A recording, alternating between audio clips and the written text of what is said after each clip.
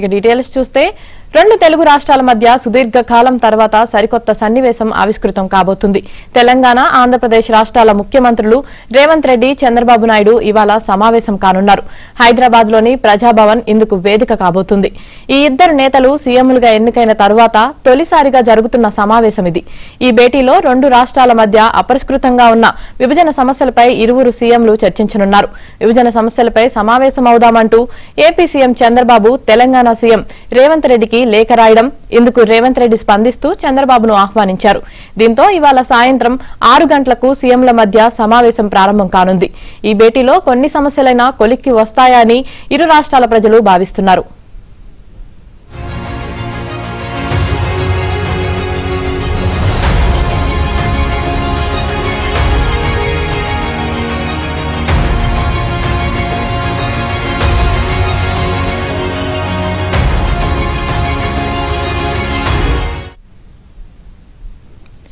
గతంలో అప్పటి సీఎంలు కేసీఆర్, వైఎస్ జగన్మోహన్ రెడ్డి మధ్య జరిగిన చర్చలు ఎలాంటి సత్ఫలితాలు ఇవ్వలేదు. దీంతో ప్రస్తుత సీఎంల మధ్య జరుగుతున్న ఈ సమావేశం విజయవంతం కావాలన్న ఆకాంక్షలు వ్యక్తమవుతున్నాయి. ప్రతిసారి పేచీ పెట్టుకునే బదులు ఎలాంటి చిక్కులు లేని కొన్ని సమస్యలనైనా పరిష్కరించుకుంటే బాగుంటుందన్న అభిప్రాయాలు వినిపిస్తున్నాయి. ఇద్దరు సీఎంల సమావేశంలో విభజన సమస్యలే ప్రధాన ఎజెండా కానున్నాయి. ఆంధ్రప్రదేశ్ పునర్వ్యవస్థీకరణ చట్టం 2014లోని 9వ, 10వ షెడ్యూల్లోని ప్రభుత్వ రంగ సంస్థలు, విద్యా సంస్థలు, అకాడమీలు, యూనివర్సిటీలపై చర్చించనున్నారు. షెడ్యూల్ 9లో మొత్తం 91 సంస్థలు ఉండగా వీటి ఆస్తులు, అప్పుల విభజనపై కేంద్ర ప్రభుత్వం షీలా బిడే కమిటీని నియమించింది. ఈ కమిటీ 89 సంస్థల ఆస్తులు, అప్పులను విభజిస్తూ సిఫార్సు చేసింది.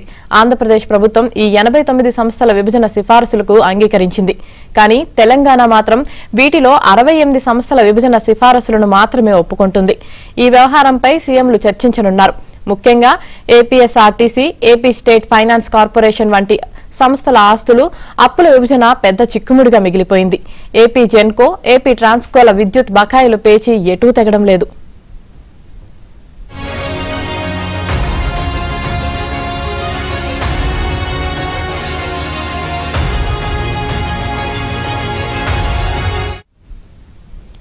సీఎంల సమావేశంలో రెండు రాష్ట్రాల నుంచి పలువురు మంత్రులు కూడా పాల్గొననున్నారు.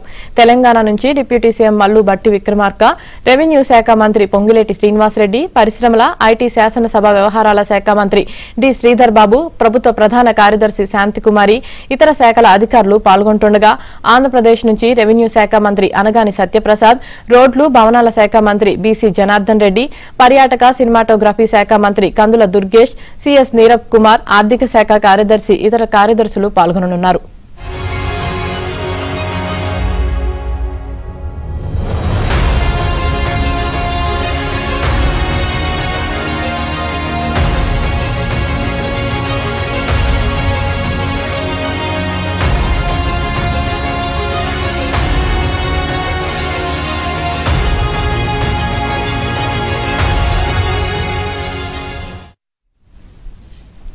హైదరాబాద్ జూబ్లీహిల్స్ లోని ఏపీ సీఎం చంద్రబాబు నాయుడు నివాసానికి క్యాబ్ డ్రైవర్లు చేరుకున్నారు. సీఎంను కలిసేందుకు జనతా క్యాబ్ డ్రైవర్స్ అసోసియేషన్ సభ్యులు పెద్ద ఎత్తున వచ్చారు. జూన్ 2వ తేదీతో రాష్ట్ర విభజన జరిగి 10 ఏళ్లు పూర్తి కావడంతో ఏపీ రిజిస్ట్రేషన్ వాహనాలతో తాము తీవ్ర ఇబ్బందులు ఎదుర్కొంటున్నామని క్యాబ్ డ్రైవర్లు ఆవేదన వ్యక్తం చేశారు. తెలంగాణలో ట్యాక్స్ చెల్లిస్తున్నామని వారు ఆవేదన వ్యక్తం చేశారు. తమ సమస్యలు పరిష్కరించాలని వారు వినతిపత్రం ఇచ్చేందుకు సీఎం ఇంటికి చేరుకున్నారు. హైదరాబాద్ లో దాదాపు 4000 క్యాబ్ డ్రైవర్ల కుటుంబాలు ఉన్నాయన్నారు.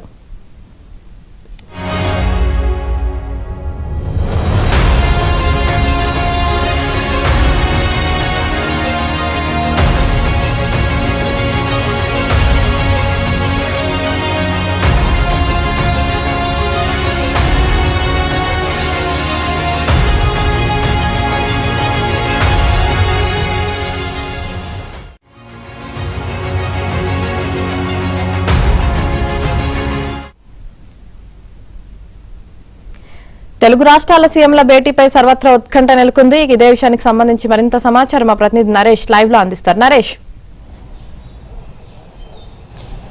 ఈ రోజు సాయంత్రం ఇరు రాష్ట్రాల ముఖ్యమంత్రుల సమావేశం ప్రజాభవన్ వేదికగా జరగబోతుంది. ఇది ఒక చారిత్రాత్మకమైన సమావేశంగా కూడా చెప్పవచ్చు. 10 ఏళ్ల తర్వాత ఇరు రాష్ట్రాల ముఖ్యమంత్రులు, అటు తెలంగాణ ముఖ్యమంత్రి రేవంత్ రెడ్డి, చంద్రబాబు ఆంధ్రప్రదేశ్ ముఖ్యమంత్రి, వీళ్ళిద్దరు కూడా ఎన్నికైన తర్వాత జరుగుతున్న మొదటి సమావేశం. వీళ్ళిద్దరు కూడా మొదటిసారి సమావేశం కాబోతున్నారు. ఈ సమావేశానికి ఏపీ ముఖ్యమంత్రి చంద్రబాబు నాయుడు చొరవ తీసుకోవడం కూడా ఇక్కడ కొంత ఆసక్తికరమైన అంశం. నిజానికి 10 ఏళ్లు జరుగుతుంది రాష్ట్ర విభజన జరిగి.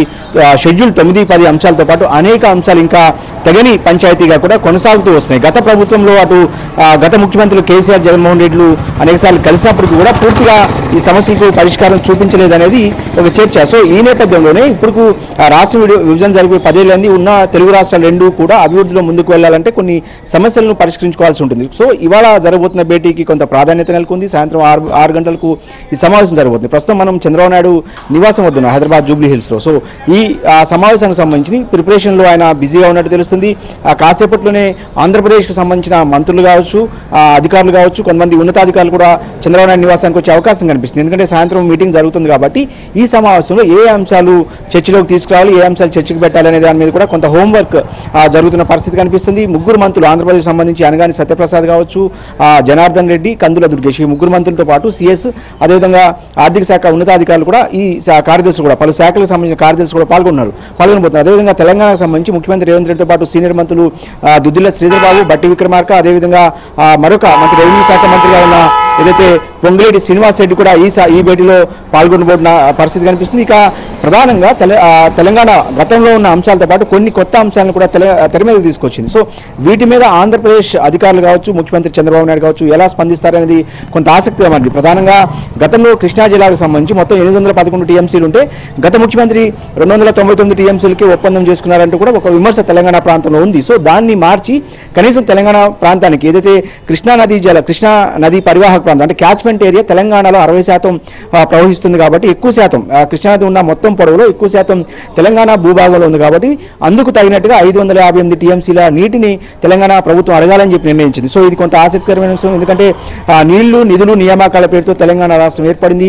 నీటి పంచాయతీని గతంలో 60 ఏళ్ళుగా కూడా ఆంధ్ర తెలంగాణ మధ్య ఒక పెద్ద సమస్యగా మారింది. ఇప్పటికీ కూడా పూర్తిగా కృష్ణానది జలాల విషయంలో ఇప్పటికీ ఒక వివాదం అయితే కొనసాగుతూ వస్తుంది. సో దీంతో పాటుగా తిరుమల తిరుపతి దేవస్థానం సంబంధించి కూడా 2 తెలుగు రాష్ట్రాలకు ఆరాధ్య దైవం, దేశంలోని అన్ని రాష్ట్రాల వాళ్ళు పెద్ద ఎత్తున తిరుపతికి వస్తారు. కానీ తెలుగు మాట్లాడే వాళ్ళు ఉన్నారు కాబట్టి తెలంగాణలో కూడా తెలుగు మాట్లాడతారు కాబట్టి ఖచ్చితంగా అక్కడ దేవస్థానం విషయానికి వస్తే కూడా కొంత వాటా కూడా తెలంగాణ ప్రభుత్వం అడగబోతుంది. సో ఇది కూడా ఒక ఇంట్రెస్టింగ్ ఎపిసోడ్గా కనిపిస్తుంది. ఇక పోర్టులు కావచ్చు, ముఖ్యంగా తెలంగాణకు ఏదైతే సముద్ర తీర ప్రాంతం లేదు కాబట్టి ఆంధ్రప్రదేశ్కు 972 కిలోమీటర్ల సముద్ర తీర ప్రాంతం ఉంది. కృష్ణపట్నం పోర్టు కావచ్చు, మచిలీపట్నం పోర్టు కావచ్చు, గంగవరం పోర్టు అంటే కొన్ని ఎగుమతులు దిగుమతులు చేసుకోవాలంటే ఖచ్చితంగా పోర్టు అవసరం ఉంటుంది కాబట్టి ఆ పోర్టులో కూడా వాటా తెలంగాణ అడగబోతుంది. ఇక విద్యుత్ బకాయిలు చాలా కాలంగా గత 10 ఏళ్ళుగా మనం చూస్తూ వస్తున్నాం. విద్యుత్ బకాయిల చుట్టూ కూడా చాలా రాజకీయాలు, విమర్శలు, ప్రతి విమర్శలు జరుగుతూ వస్తున్నాయి. ఆంధ్రప్రదేశ్ చెల్లించాల్సిన 24,000 కోట్లను ఇప్పించాలంటూ కూడా గత ప్రభుత్వంలో ఉన్న పెద్దలు ఢిల్లీ వెళ్లి కేంద్ర మంత్రులు కలవడం కావచ్చు, కేంద్ర ప్రభుత్వ పెద్దలను కలిసి కూడా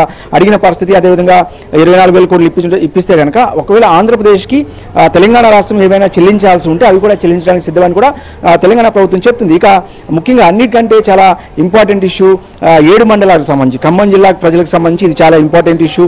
7 మండలాలు తెలంగాణ ఏదైతే ఆంధ్ర తెలంగాణ విడిపోయినప్పుడు 2014లో మొట్టమొదట పార్లమెంట్లోనే ఈ 7 మండలాలను ఆంధ్రప్రదేశ్లో కలుపుతూ అప్పట్లో చట్టం చేసిన పరిస్థితి. సో దీని మీద తీవ్ర విమర్శలు గతంలో చేసినప్పుడు కూడా 10 ఏళ్ల కాలంగా అధికారంలో ఉన్న బీఆర్ఎస్ ప్రభుత్వం దీని మీద ఎలాంటి ముందుకు తీసుకెళ్లే కార్యక్రమాలు చేయలేదనేది ఇప్పుడు ఉన్న 2 ప్రభుత్వాలు చెప్తున్నమాట. దీన్ని కూడా కొంత చర్చించుకోవాల్సి ఉంటుంది. ఎందుకంటే ఇప్పటికే బీఆర్ఎస్ పార్టీకి సంబంధించిన మాజీ మంత్రులు కేటీఆర్ కావచ్చు, హరీష్ రావు కావచ్చు, ముఖ్యమైన నాయకులంతా కూడా ఒక అంశాన్ని తెర మీద తీసుకొచ్చారు.